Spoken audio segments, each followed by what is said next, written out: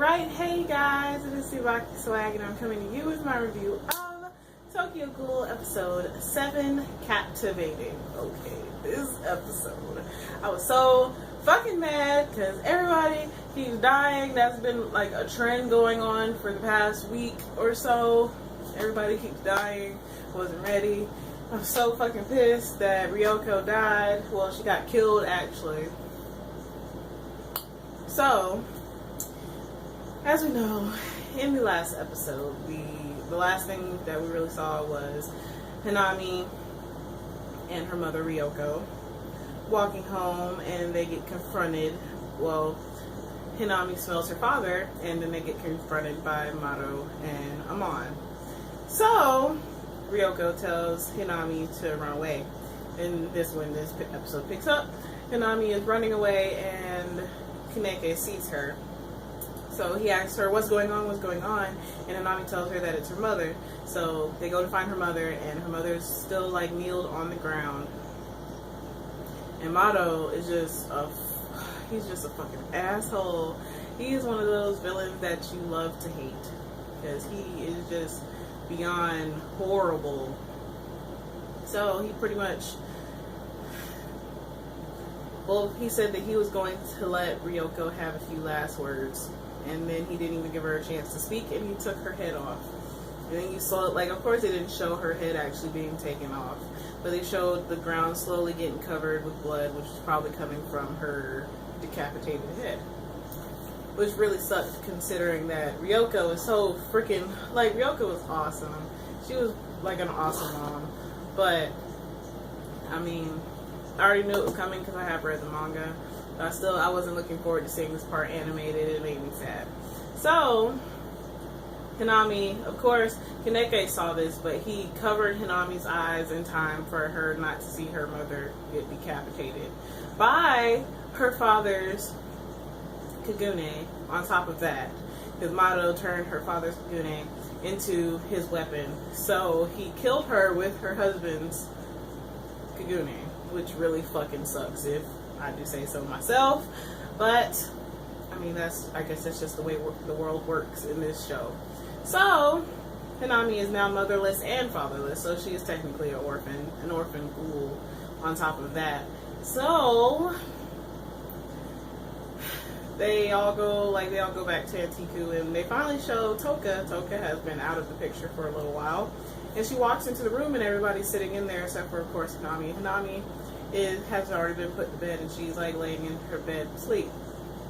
So Toka walks in and she asks what's going on, blah blah blah, and the manager tells her that Ryoko was killed, and Toka pretty much goes off deep end. And she says that the only way that they can do anything is if they take revenge on the Doves and blah, blah, blah. And the manager pretty much tells her that the only way that they can... Well, he pretty much calls her out on her stuff and tells her that when you take revenge, it's pretty much sucking up your life and you don't have time to actually live. And Toka took this the way that he meant it and ran out the room. So Toka pretty much decides at that point that she is going to get revenge for Ryoko, because, which she says later on, it wouldn't matter if she died because she's a killer. But the fact that like people like Ryoko and her husband, or even Hinami, if it ever were to happen, would be killed, that just shows, like, for no rhyme or reason she would be heartbroken. So Amon and two other investigators go to have lunch or whatever after their encounter with Ryoko. And after that, like, they kept asking him questions. Tsuba keeps asking him questions and pretty much makes Amon leave, because Amon was talking about some of his comrades who had been killed in the line of duty. So after Amon left and after they all finished eating or whatever, Tsuba and Nagajawa go walking. They're walking home, and Toka in her her rabbit mask, which is so freaking cute. I want one. I really want that rabbit mask. That rabbit mask is awesome. But Toka, wearing her rabbit mask, comes up and takes out Kusaba, and right when she was about to take out Nagajawa, Amon comes up and pushes him out the way, and then of course she fucks Amon up pretty much. And as he felt like he was about to die, of course Mato comes up out of nowhere and pretty much fights Toka and wounds her. Like, he wounds her arm using Hanami's father's Kugune.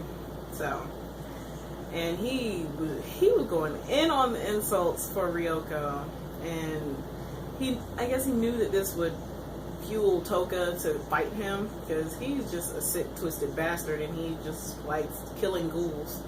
But Toka ended up getting hurt trying to fight him, so she ran off, and Mato was like, okay. So then they have like a little memorial for Kusaba, and like Mato doesn't even come, and that was one of his subordinates, but I guess it's neither here nor there. So then after all of this,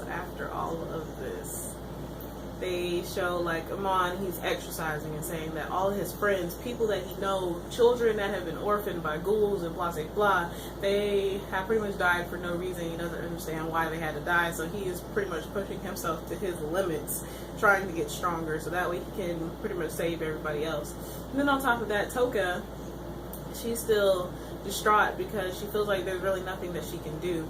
And right before any of this happened, after Toka got injured, Kaneki tried to help her and she wouldn't let him, and he pretty much told her that he can't kill anyone, but regardless of whether it's a human or a ghoul, if it's somebody that he knows, he's not just going to stand by and just let it happen. So he wants to get stronger, and he even told Toka, after Toka said that even though she's a killer and nobody would care if she died, she would feel some type of way if people like Hinami and Ryoko and her father got killed for absolutely no reason, just for the fact of them being ghouls. So Kaneki pretty much told her that she needs to stop trying to do all these things on her own, and that the main, like, if anything were to ever happen to Toka, if Toka were to ever die, he would be heartbroken, which it pulled at her heartstrings a little bit. She felt some type of way about him saying that, which I know he meant it, but Toka is still very jaded, and she shames herself a lot. So in that, they show Toka like standing outside of Hinami's door while Hinami is crying, and she still feels sad because there's really not much she can do right now, especially considering that she's hurt. And then finally, we get to see Kaneki's mask. Well, I mean, I already knew what it looked like, and they already show it in the intro if you haven't already noticed. But we finally get to see Kaneki's mask on him, and things are about to get real interesting. Oh my goodness. And also there's a new ending. Well, there's a new ending for Tokyo Ghoul, and it was actually pretty awesome. If you watch it, the art for the ending was pretty fucking awesome. So yeah, so I think that was pretty much it, but I can't wait to see some of this stuff animated. I'm happy they're slowing down a little bit, because at first they were skipping a whole bunch of stuff, taking stuff out and putting stuff in, and now they're actually kind of following the manga. So I'm looking forward to seeing how things turn out, and I'm hoping that they follow the manga a little bit more closely now and slow down a little bit. So I wouldn't even mind if they just slowed down enough to actually show what happens in the manga for a change, but I do understand that they're probably going to take some stuff out and put some stuff in there. So yeah, that goes without saying. But this anime is so fucking awesome. If you have not read the manga, go read it, because they finally slowed down with the chapters that are coming out so fast. So like I said, and also, if you watch the anime, watch all the way past the credits and watch the ending, because at the end of each episode, there's always something really stupid, but it's so funny. It's so funny. Like, they take parts from the anime and make it really stupid, but it's hilarious. So, like I said, if you do not watch all the way past the credits, watch past the credits. It's so funny. It's worth watching. If you haven't seen the other ones, I would suggest this. You don't even have to watch the whole episode. Just go back and watch after the credits, because there's one, I think, after each one. So, yeah. as always, for those of you who don't read the manga, I would love to hear what you think is going to be coming up soon. How do you think things are going to turn out for everybody? But as always, please remember to comment, thumbs up, and subscribe. It helps me out a whole lot. And this is TsubakiSwagg saying adios.